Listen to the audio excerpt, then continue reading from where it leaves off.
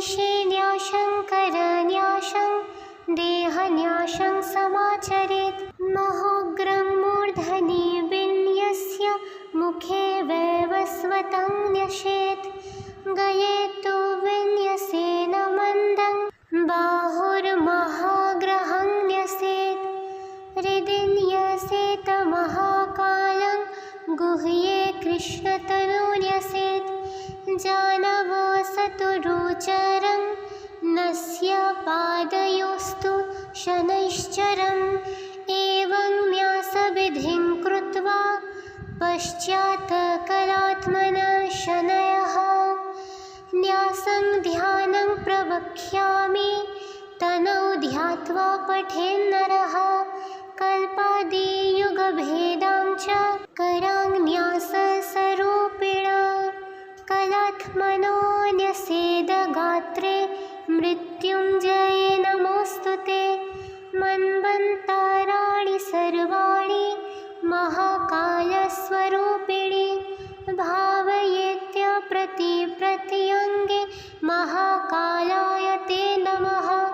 भावयेत प्रभवाध्वान शीर्षे कालजिते नमः।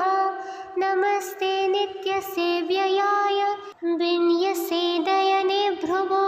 सारचे च नमस्ते तु गण्डयोर्विन्यसेत्रुतना। श्रावणं भावयेद्दक्षिणो नमः कृष्णनिभाय च। महोग्राय नमो भद्रं तथा श्रवणा योऽन्यर्यसेत्। नमो वैदुर्निरीक्षाय चाश्विनं विन्यसेन मुखे। नमो नीलमयूखाय ग्रीवायां कार्तिकं न्यसेत्। मार्गशीर्षा न्यसेद बाहर्वो महारौद्राय ते नमः। ऊर्ध्वलोकनिवासाय पौषं तु हृदये नसेत्। ऋषिन्यासं करन्यासं देहन्यासं समाचरेत्। महोग्रं मूर्धनि विन्यस्य मुखे वैवस्वतं न्यसेत्। गयेतु विन्यसेन मन्दं बाहुर्महाग्रहं न्यसेत्। हृदि न्यसेत महाकालं गुह्ये कृष्णतनु न्यसेत्। जानवसतु रुचरं नस्य पादयोस्तु शनैश्चरम्। एवं न्यासविधिं कृत्वा पश्चात् कलात्मनः शनयः। न्यासं ध्यानं प्रवक्ष्यामि तनौ ध्यात्वा पठेन्नरः। कल्पादियुगभेदां च कराङ्न्यासस्वरूपिणा। कलात्मनो न्यसेद गात्रे मृत्युञ्जये नमोऽस्तु ते। मन्वन्तराणि सर्वाणि महाकालस्वरूपिणि। भावयेत्य प्रत्यङ्गे महाकालाय ते नमः। भावयेत प्रभवाध्वान शीर्षे कालजिते नमः। नमस्ते नित्यसेव्याय विन्यसेदयने भ्रुवो। सारचे च नमस्ते तु गण्डयोर्विन्यसेत्रुतना। श्रावणं भावयेद्दक्षिणो नमः कृष्णनिभाय च। महोग्राय नमो भद्रं तथा श्रवणा योऽन्यर्यसेत्। नमो वैदुर्निरीक्षाय चाश्विनं विन्यसेन मुखे। नमो नीलमयूखाय ग्रीवायां कार्तिकं न्यसेत्। मार्गशीर्षा न्यसेद बाहर्वो महारौद्राय ते नमः। ऊर्ध्वलोकनिवासाय पौषं तु हृदये नसेत्। ऋषिन्यासं करन्यासं देहन्यासं समाचरेत्। महोग्रं मूर्धनि विन्यस्य मुखे वैवस्वतं न्यसेत्। गयेतु विन्यसेन मन्दं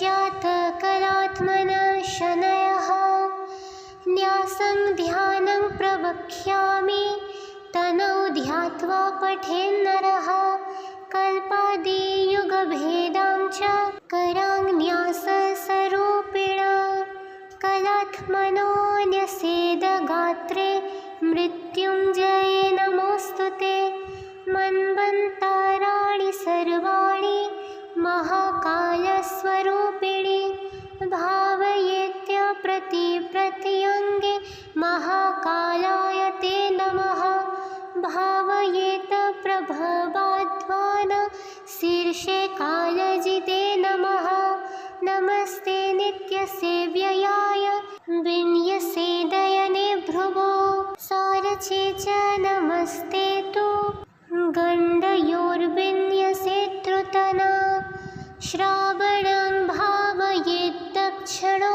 नमः कृष्णनिभाय च महोग्राय नमो भाद्रं तथा श्रवणा योऽन्यर्यसेत् नमो वैदुर्निरीक्षाय चाश्विनं विन्यसेन मुखे नमो नीलमयूखाय ग्रीवायां कार्तिकं न्यसेत् मार्गशीर्षान्यसेद बाहर्वो महारौद्राय ते नमः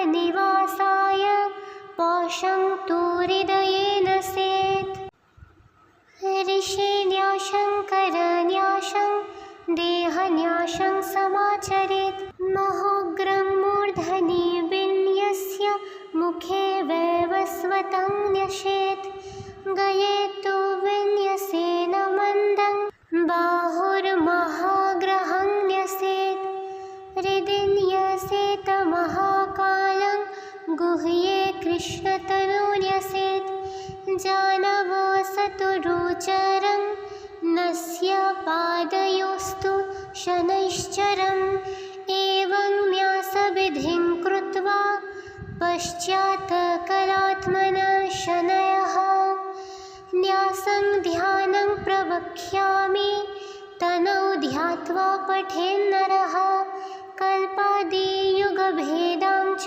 कराङ्न्यासस्वरूपिणा कलात्मनोऽन्यसेदगात्रे मृत्युञ्जये नमोऽस्तु ते मन्वन्तराणि सर्वाणि महाकालस्वरूपिणि भावयेत्य प्रत्यङ्गे महाकालाय ते नमः भावयेत प्रभवाध्वान शीर्षे कालजिते नमः नमस्ते नित्यसेव्ययाय विन्यसेदयने भ्रुवो सारचे च नमस्ते तु गण्डयोर्विन्यसेतृतना श्रावणं भावयेद्दक्षिणो नमः कृष्णनिभाय च महोग्राय नमो भाद्रं तथा श्रवणा योऽन्यर्यसेत् नमो वैदुर्निरीक्षाय चाश्विनं विन्यसेन मुखे नमो नीलमयूखाय ग्रीवायां कार्तिकं न्यसेत् मार्गशीर्षान्यसेद बाहर्वो महारौद्राय ते नमः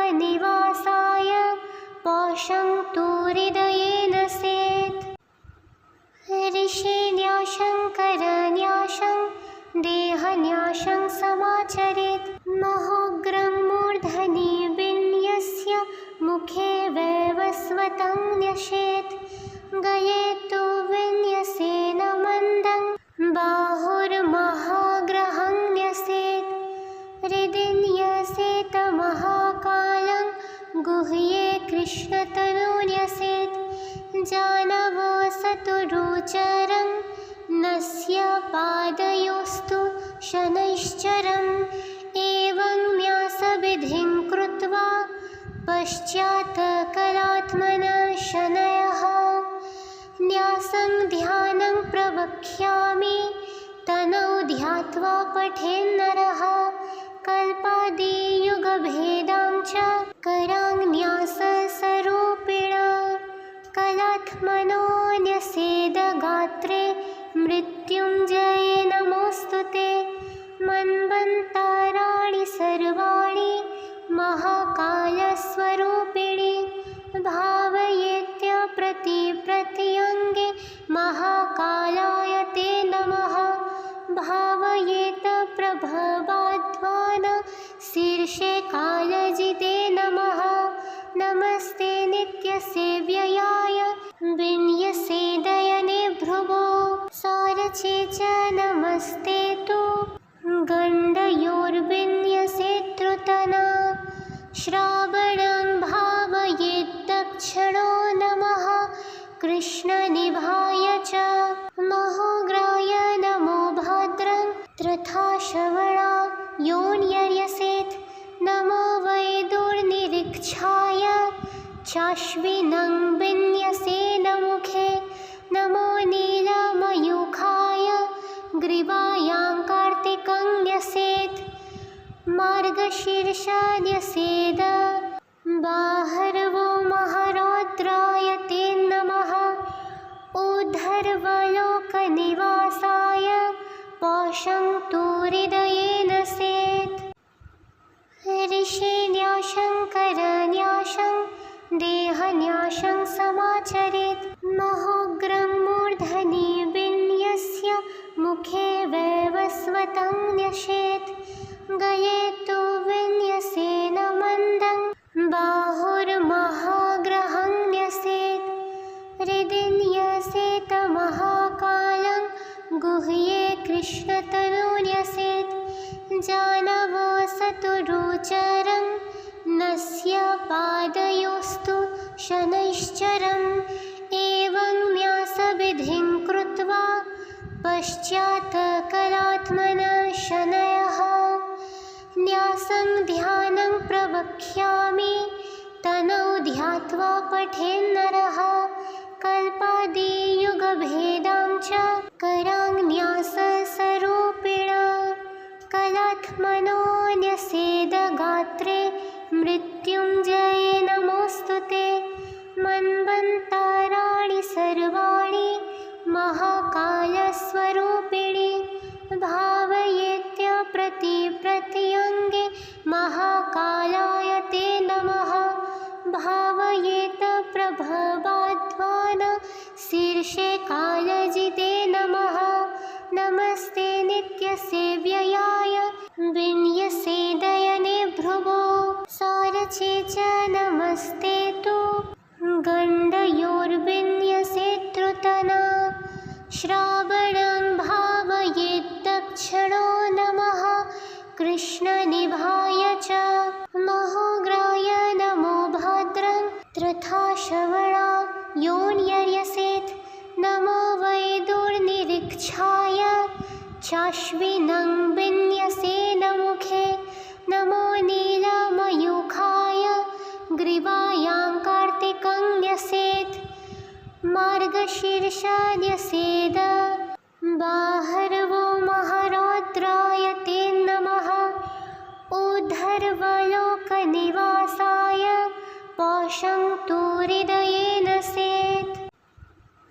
ऋषिन्यासं करन्यासं देहन्यासं समाचरेत्। महोग्रं मूर्धनि विन्यस्य मुखे वैवस्वतं न्यसेत्। गले तु विन्यसेन मन्दं बाहुर्महाग्रहं न्यसेत्। हृदि न्यसेत महाकालं गुह्ये कृष्णतनु न्यसेत्। जानवसतु रुचरं नस्य पादयोस्तु शनैश्चरम्। एवं न्यासविधिं कृत्वा पश्चात् कलात्मनः शनयः। न्यासं ध्यानं प्रवक्ष्यामि तनौ ध्यात्वा पठेन्नरः। कल्पादियुगभेदां च कराङ्न्यासस्वरूपिणा। कलात्मनोऽन्यसेदगात्रे मृत्युञ्जये नमोऽस्तु ते। मन्वन्तराणि सर्वाणि महाकालस्वरूपिणि भावयेत्यप्रतिप्रत्यङ्गे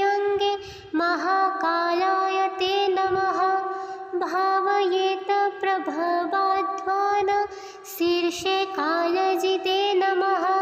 नमस्ते नित्यसेव्ययाय विन्यसे दयने भ्रुवो सौरचे च नमस्ते तु गण्डयोर्विन्यसे त्रुतना श्रावणं भावयेद्दक्षिणो नमः कृष्णनिभाय च महोग्राय नमो भद्रं तथा श्रवणा योन्यर्यसेत् नमो वैदुर्निरीक्षाय चाश्विनं विन्यसे नमुखे नमो नीलमयूखाय ग्रीवायां कार्तिकं न्यसेत् मार्गशीर्षान्यसेद बाहर्वो महारौद्राय ते नमः ऊर्ध्वलोकनिवासाय पौषं तु हृदयेन सेत् ऋषिन्यासं करन्यासं देहन्यासं समाचरेत् महोग्रं मूर्धनि विन्यस्य मुखे वैवस्वतं न्यसेत् गले तु विन्यसेन मन्दं बाहुर्महाग्रहं न्यसेत् हृदि न्यसेत् महाकालं गुह्ये कृष्णतनु न्यसेत् जानवो सतुरुचरं नस्य पादयोस्तु शनैश्चरम् एवं न्यासविधिं कृत्वा पश्चात् कलात्मनः शनयः न्यासं ध्यानं प्रवक्ष्यामि तनौ ध्यात्वा पठेन्नरः कल्पादियुगभेदां च कराङ्न्यासस्वरूपिणा कलात्मनो न्यसेद गात्रे मृत्युञ्जये नमोऽस्तु ते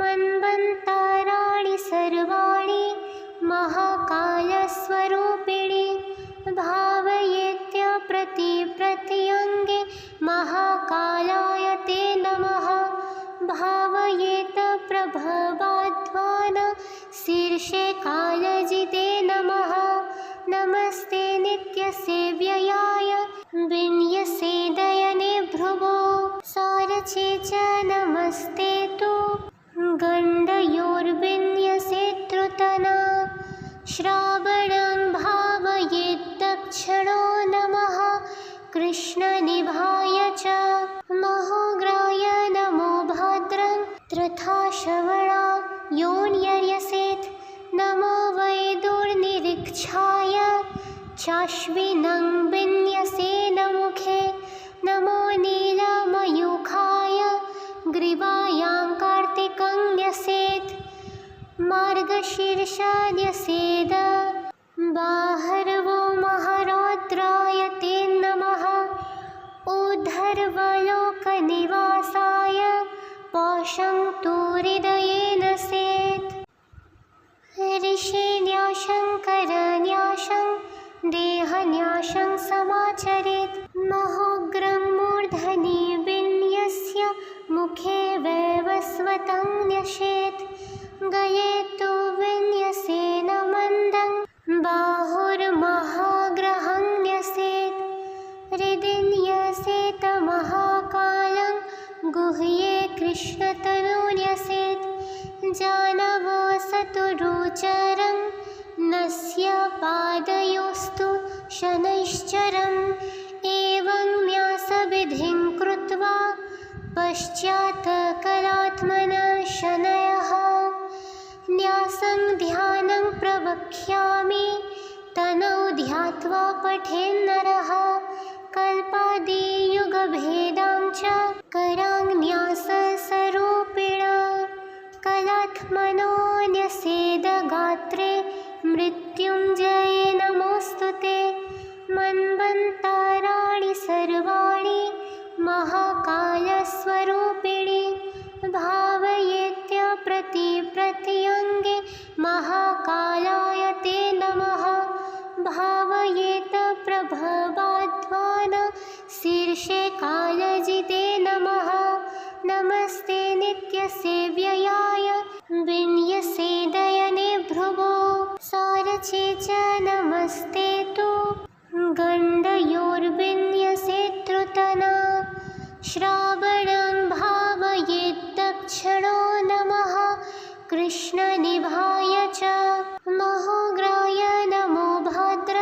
त्र्यथा श्रवणा योन्यर्यसेत् नमो वै दुर्निरीक्षाय चाश्विनं विन्यसेन मुखे नमो नीलमयूखाय ग्रीवायां कार्तिकं न्यसेत् मार्गशीर्षान्यसेद बाहर्वो महारौद्राय ते नमः ऊर्ध्वलोकनिवासाय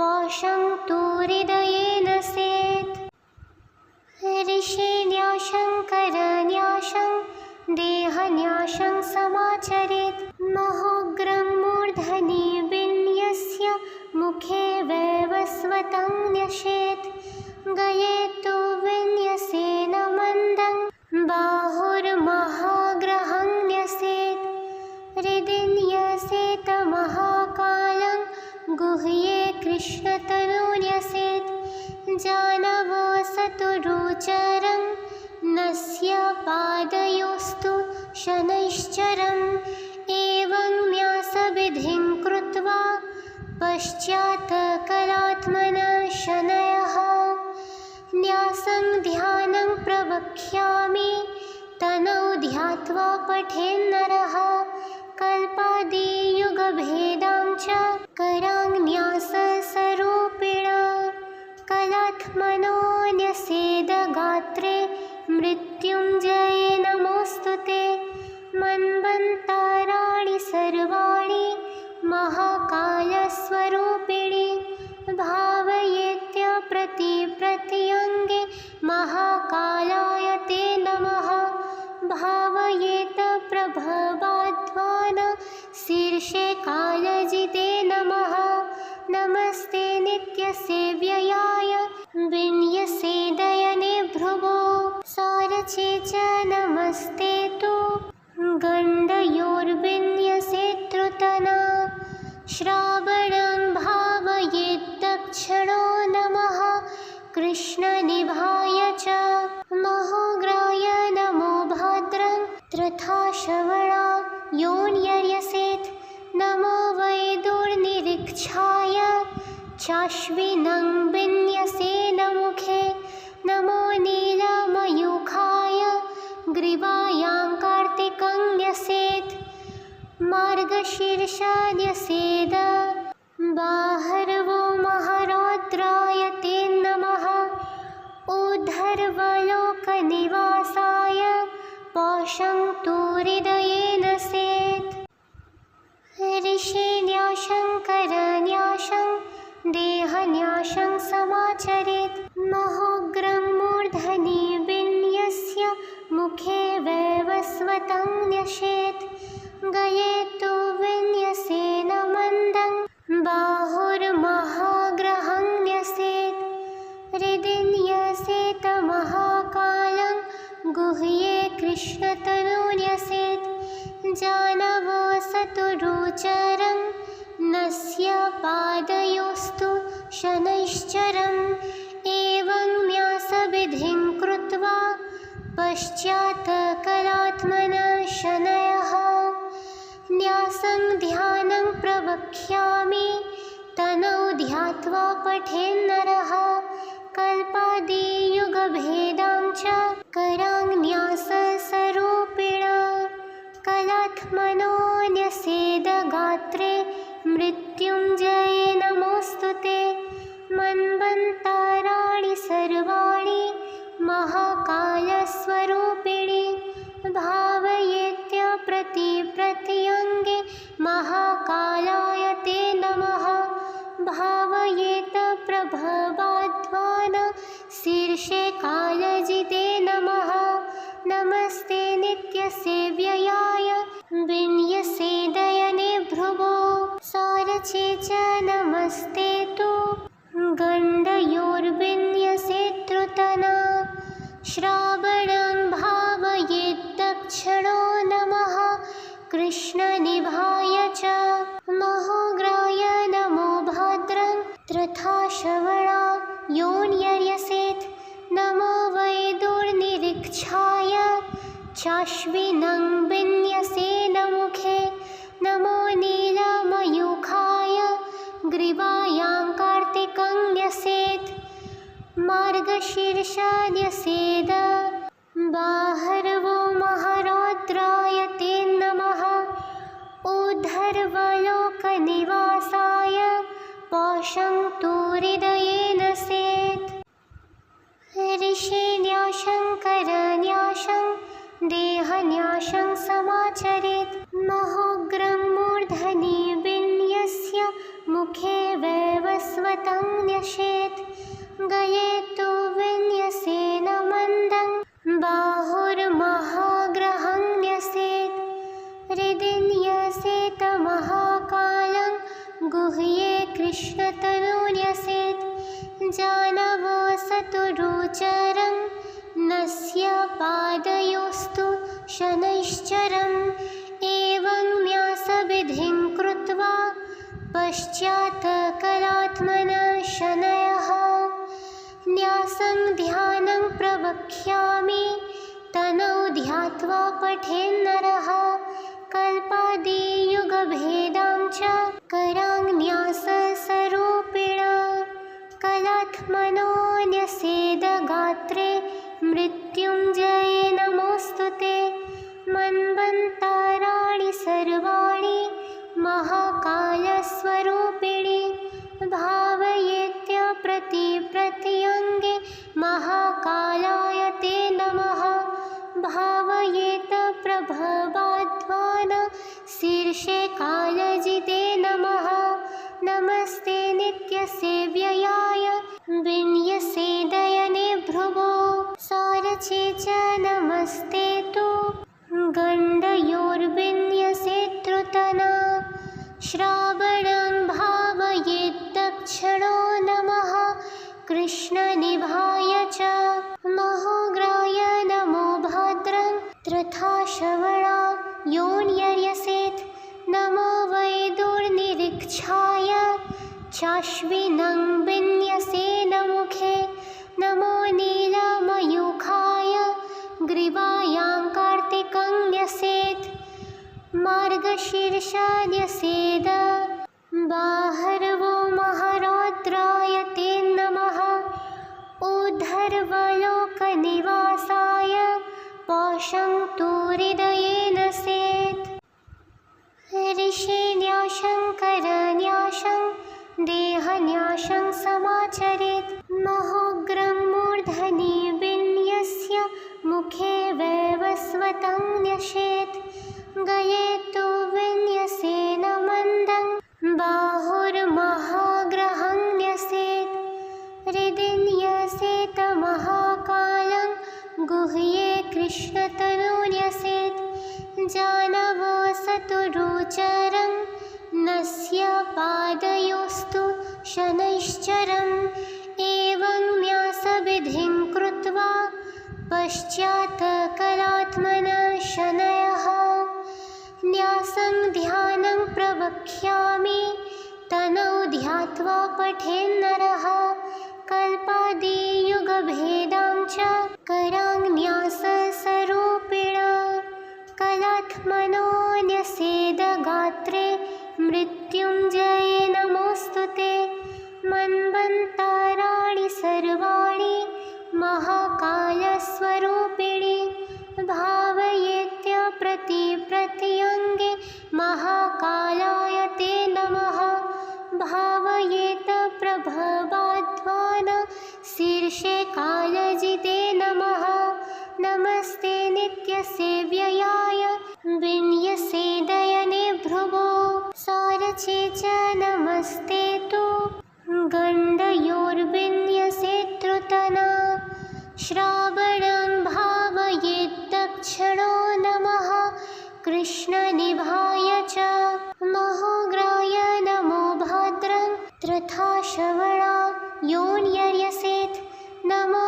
वैदुर्निरीक्षाय चाश्विनं विन्यसेन मुखे नमो नीलमयूखाय ग्रीवायां कार्तिकं न्यसेत् मार्गशीर्षान्यसेद बाहर्वो महारौद्राय ते नमः ऊर्ध्वलोकनिवासाय पौषं तु हृदयेन सेत्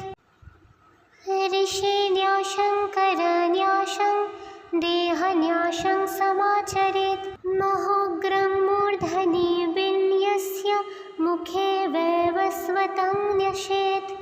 गये तु विन्यसेन मन्दं बाहुर्महाग्रहं न्यसेत्।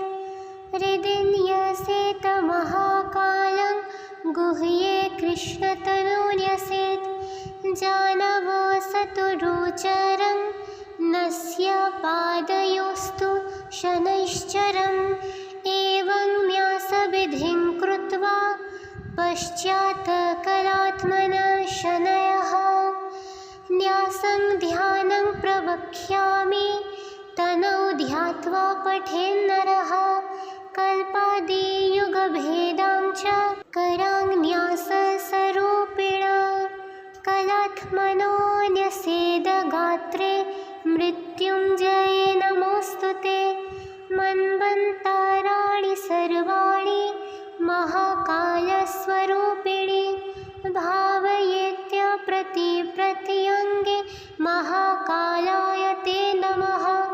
भावयेत प्रभवाध्वान शीर्षे कालजिते नमः। नमस्ते नित्यसेव्याय विन्यसेदयने भ्रुवो। सारचे च नमस्ते तु गण्डयोर्विन्यसेत्रुतना। श्रावणं भावयेद्दक्षिणो नमः कृष्णनिभाय च। महोग्राय नमो भद्रं तथा श्रवणा योऽन्यर्यसेत्। नमो वैदुर्निरीक्षाय चाश्विनं विन्यसेन मुखे। नमो नीलमयूखाय ग्रीवायां कार्तिकं न्यसेत्। मार्गशीर्षा न्यसेद बाहर्वो महारौद्राय ते नमः। ऊर्ध्वलोकनिवासाय पौषं तु हृदये नसेत्। ऋषिन्यासं करन्यासं देहन्यासं समाचरेत्। महोग्रं मूर्धनि विन्यस्य मुखे वैवस्वतं न्यसेत्। गये तु विन्यसेन मन्दं बाहुर्महाग्रहं न्यसेत्। हृदि न्यसेत् महाकालं गुह्ये कृष्णतनु न्यसेत्। जानवसतु रुचरं नस्य पादयोस्तु शनैश्चरम्। एवं न्यासविधिं कृत्वा पश्चात् कलात्मनः शनयः। न्यासं ध्यानं प्रवक्ष्यामि तनौ ध्यात्वा पठेन्नरः।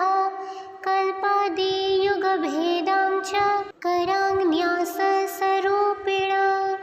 कलात्मनो न्यसेद गात्रे मृत्युञ्जये नमोऽस्तु ते।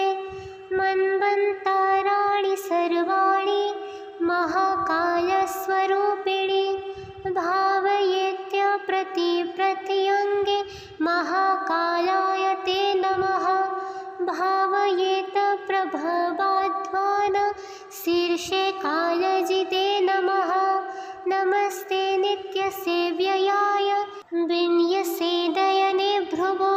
सारचे च नमस्ते तु गण्डयोर्विन्यसेत्रुतना। श्रावणं भावयेद्दक्षिणो नमः कृष्णनिभाय च। महोग्राय नमो भद्रं तथा श्रवणा योऽन्यर्यसेत्। नमो वैदुर्निरीक्षाय चाश्विनं विन्यसेन मुखे। नमो नीलमयूखाय ग्रीवायां कार्तिकं न्यसेत्। मार्गशीर्षा न्यसेद बाहर्वो महारौद्राय ते नमः।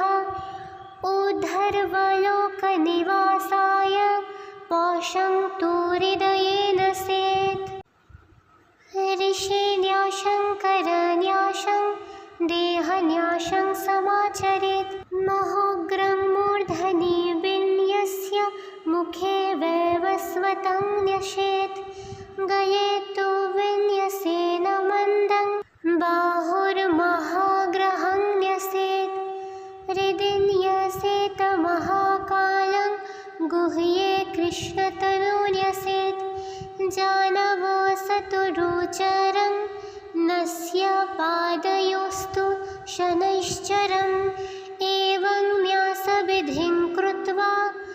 पश्चात् कलात्मनः शनयः। न्यासं ध्यानं प्रवक्ष्यामि तनौ ध्यात्वा पठेन्नरः। कल्पादियुगभेदां च कराङ्न्यासस्वरूपिणा। कलात्मनोऽन्यसेदगात्रे मृत्युञ्जये नमोऽस्तु ते। मन्वन्तराणि सर्वाणि महाकालस्वरूपिणि। भावयेत्यप्रत्यङ्गे महाकालाय ते नमः। भावयेत प्रभवाध्वान शीर्षे कालजिते नमः। नमस्ते नित्यसेव्ययाय विन्यसेदयने भ्रुवो।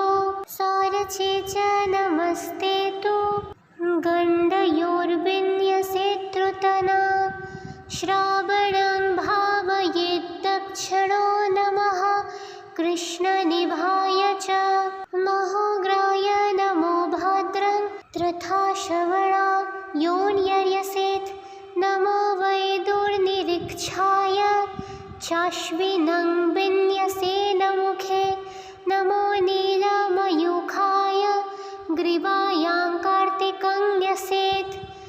मार्गशीर्षन्यसेद बाहर्वो महारौद्राय ते नमः।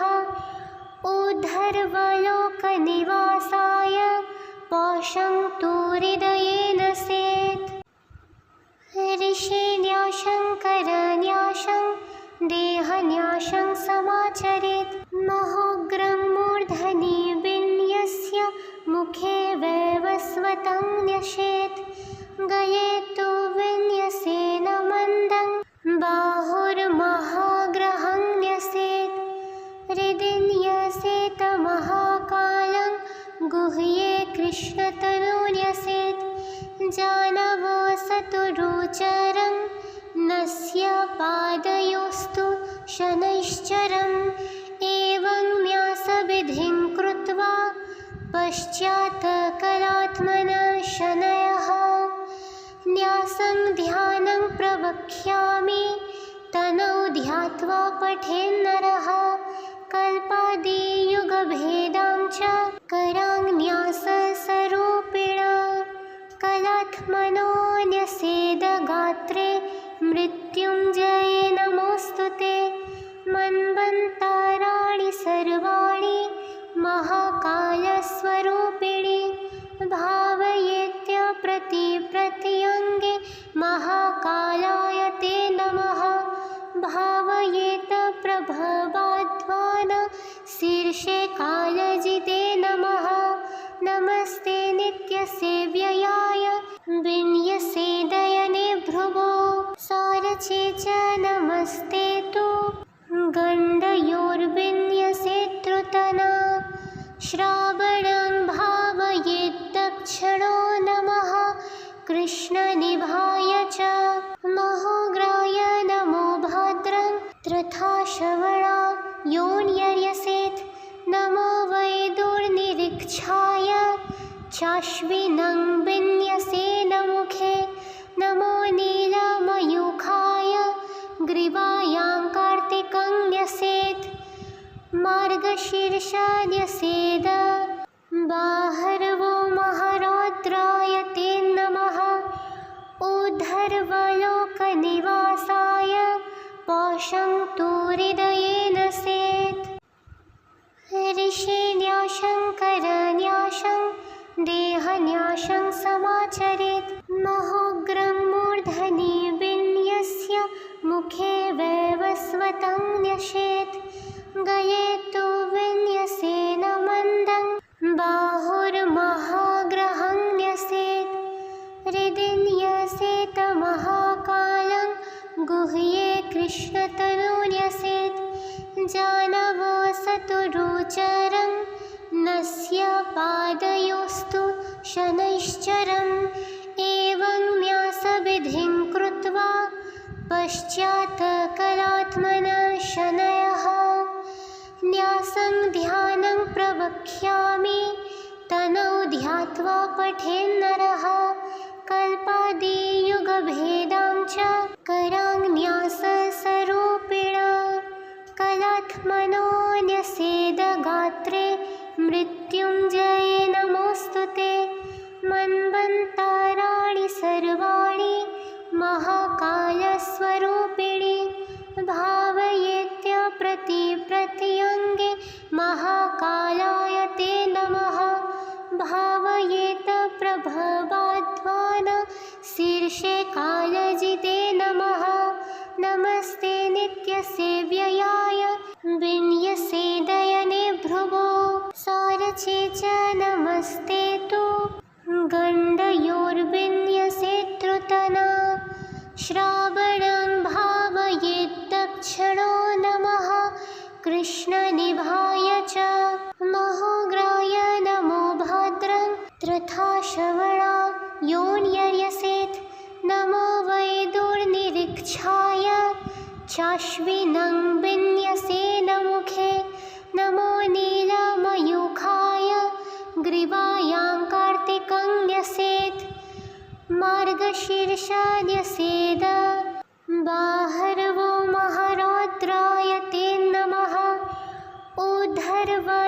ऊर्ध्वलोकनिवासाय पौषं तु हृदयेन सेत् ऋषिन्यासं करन्यासं देहन्यासं समाचरेत् महोग्रं मूर्धनि विन्यस्य मुखे वैवस्वतं न्यसेत् गले तु विन्यसेन मन्दं बाहुर्महाग्रहं न्यसेत् हृदि न्यसेत् महाकालं गुह्ये कृष्णतनु न्यसेत् जानवसतुरुचरं नस्य पादयोस्तु शनैश्चरम् एवं न्यासविधिं कृत्वा पश्चात् कलात्मनः शनयः न्यासं ध्यानं प्रवक्ष्यामि तनौ ध्यात्वा पठेन्नरः कल्पादियुगभेदां च कराङ्न्यासस्वरूपिणा कलात्मनोऽन्यसेदगात्रे मृत्युञ्जये नमोऽस्तु ते मन्वन्तराणि सर्वाणि महाकालस्वरूपिणि भावयेत्यप्रतिप्रत्यङ्गे महाकालाय ते नमः भावयेत प्रभवाध्वान शीर्षे कालजिते नमः नमस्ते नित्यसेव्ययाय विन्यसेदयने भ्रुवो सारचे च नमस्ते तु गण्डयोर्विन्यसेतृतना श्रावणं भावयेद्दक्षिणो नमः कृष्णनिभाय च महोग्राय नमो भद्रं तथा श्रवणा योऽन्यर्यसेत् नमो वैदुर्निरीक्षाय चाश्विनं विन्यसेन मुखे नमो नीलमयूखाय ग्रीवायां कार्तिकं न्यसेत् मार्गशीर्षान्यसेद बाहर्वो महारौद्राय ते नमः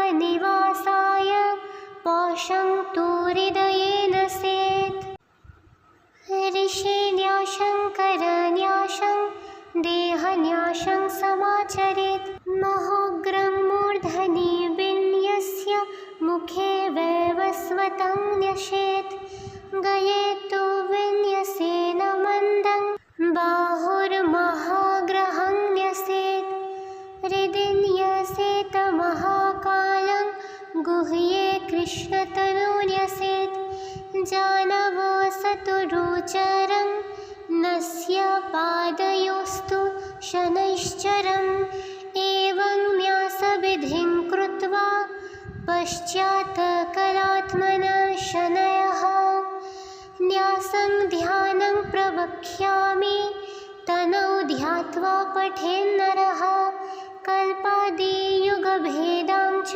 कराङ्न्यासस्वरूपिणा कलात्मनोऽन्यसेदगात्रे मृत्युञ्जये नमोऽस्तु ते मन्वन्तराणि सर्वाणि महाकालाय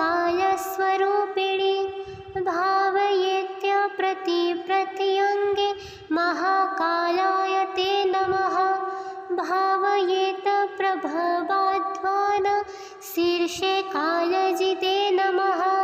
नमस्ते नित्यसेव्ययाय विन्यसे दयने भ्रुवो सारचे च नमस्ते तु गण्डयोर्विन्यसे त्रुतना श्रावणं भावयेद्दक्षिणो नमः कृष्णनिभाय च महोग्राय नमो भद्रं त्रिथा श्रवणा योऽन्यर्यसेत् नमो वै दुर्निरीक्षाय चाश्विनं विन्यसे नमुखे नमो नीलमयूखाय ग्रीवायां कार्तिकं न्यसेत् मार्गशीर्षान्यसेद बाहर्वो महारौद्राय ते नमः ऊर्ध्वलोकनिवासाय पौषं तु हृदये नसेत् ऋषिन्यासं करन्यासं देहन्यासं समाचरेत् महोग्रं मूर्धनि विन्यस्य मुखे वैवस्वतं न्यसेत् गले तु विन्यसेन मन्दं बाहुर्महाग्रहं न्यसेत् हृदि न्यसेत् महाकालं गुह्ये कृष्णतनु न्यसेत् जानवो सतुरुचरं नस्य पादयोस्तु शनैश्चरम् एवं न्यासविधिं कृत्वा पश्चात् कलात्मनः शनयः न्यासं ध्यानं प्रवक्ष्यामि तनौ ध्यात्वा पठेन्नरः कल्पादियुगभेदां च कराङ्न्यासस्वरूपिणा कलात्मनो न्यसेद गात्रे मृत्युञ्जये नमोऽस्तु ते मन्वन्तराणि सर्वाणि महाकालस्वरूपिणि भावयेत्य प्रत्यङ्गे महाकालाय ते नमः भावयेत प्रभवाध्वान शीर्षे कालजिते नमः नमस्ते नित्यसेव्ययाय विन्यसे दयने भ्रुवो सारचे च नमस्ते तु गण्डयोर्विन्यसे त्रुतना श्रावणं भावयेद्दक्षिणो नमः कृष्णनिभाय च महोग्राय नमो भद्रं त्रिथा श्रवणा योऽन्यर्यसेत् नमो वै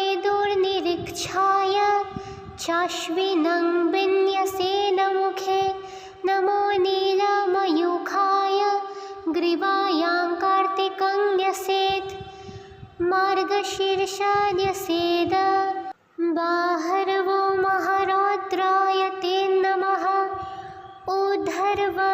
ऊर्ध्वलोकनिवासाय पौषं तु हृदये नसेत् ऋषिन्यासं करन्यासं देहन्यासं समाचरेत् महोग्रं मूर्धनि विन्यस्य मुखे वैवस्वतं न्यसेत् गले तु विन्यसेन मन्दं बाहुर्महाग्रहं न्यसेत् हृदि न्यसेत् महाकालं गुह्ये कृष्णतनु न्यसेत् जानवो सतुरुचरं नस्य पादयोस्तु शनैश्चरम् एवं न्यासविधिं कृत्वा पश्चात् कलात्मनः शनयः न्यासं ध्यानं प्रवक्ष्यामि तनौ ध्यात्वा पठेन्नरः कल्पादियुगभेदां च